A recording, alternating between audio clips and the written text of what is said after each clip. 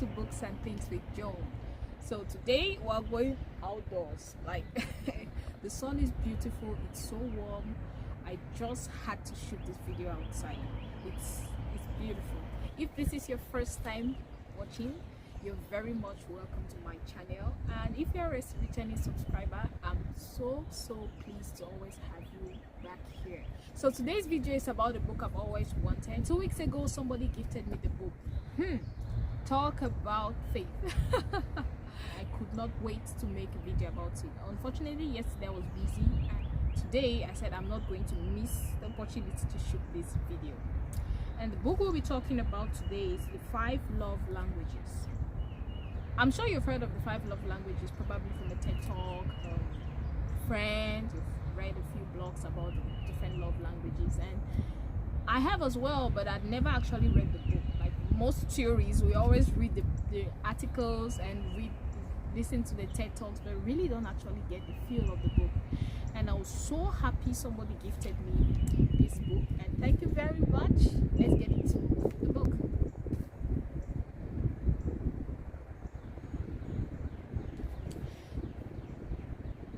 Garry Chapman is one of New York's best-selling authors, and 5 love languages are among the top of the charts among the books he's written.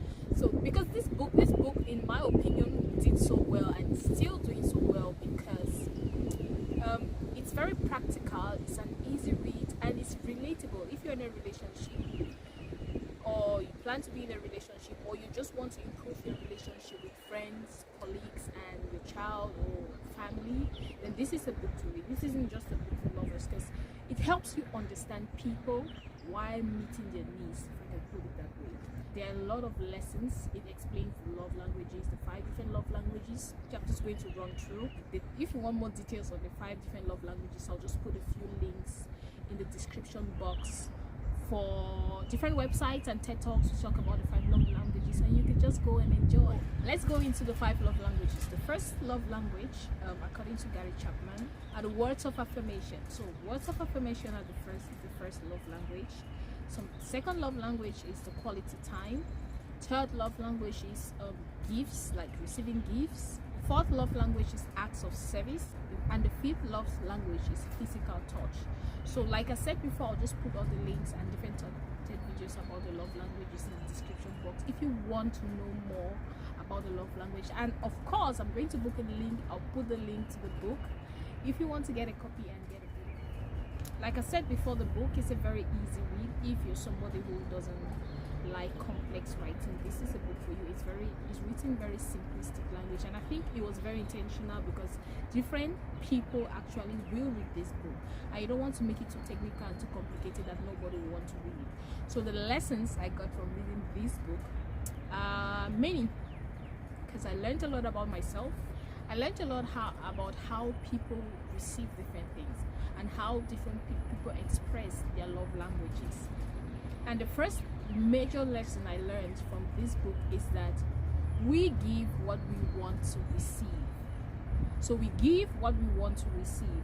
While reading through the book, the main theme that came across is that most people mistakenly share their love languages with their friends, their family, their spouses, and become frustrated when these love languages are not reciprocated. For instance, if you like physical touch, probably you keep hugging your kids, hugging your husband, hugging your friends, and when nobody seems to want to hug you back, you feel bad.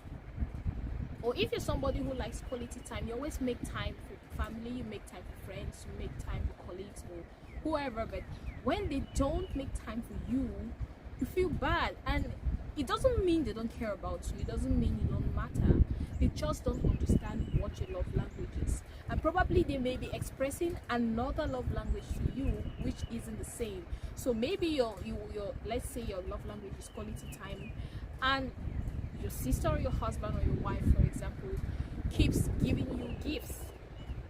Now you say, this person does not love me, they work all day and they buy me gifts, but they don't love me. But gift giving is their own way of expressing that love, and maybe that's what they expect from you. So when it comes to love languages, it's very important for you to know what people want and not give them what you want. The second lesson I learned from reading this book is that love is a choice and not a feeling. Love is a choice and not a feeling. There are so many examples of couples that Garry Chapman spoke about in this book, and just reading through their experiencing and reading through what they had to go and reading what they had to go through and mend their relationships, even though not all of them actually got to the point where they wanted. It reinforced my belief that love is actually a choice and not a feeling. Because if you are in a marriage and somebody stops doing what they're meant to do, or you have a friend and they stop being friendly, or a family member who stops, and you make it your duty to keep on showing them love in whatever way you choose, or whatever way means love to them, that's a choice. Even when you don't feel like being nice to them, because you care about them and because you value them, you are nice to them, and that's a choice.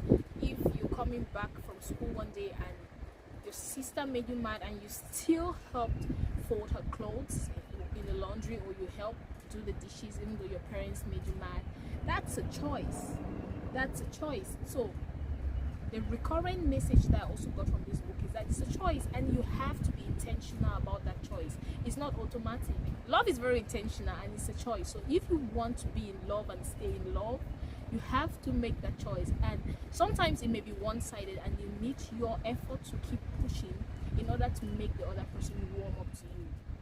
So the third lesson I learned from reading this book is that counseling helps.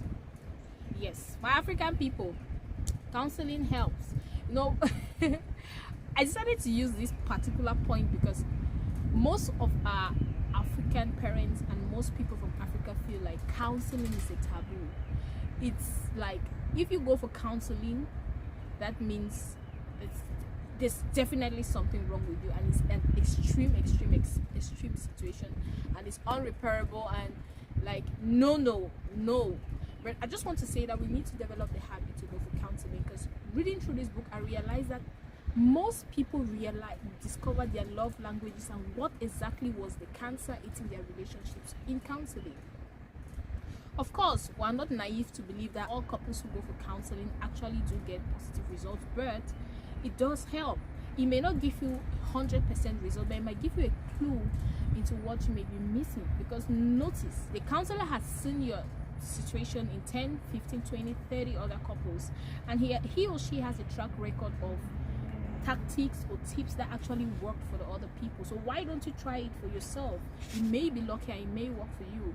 So yes, let's just kick out the ideology that counseling is just for people who don't know what's up, or who don't understand themselves, or who have failed. Like, nobody's a know-it-all. I keep on saying it. And if you have an open mind for knowledge, then you should also believe that there's something that a counselor can give you, if you do need one, that you can give yourself. So yeah, that's one thing you should take note of.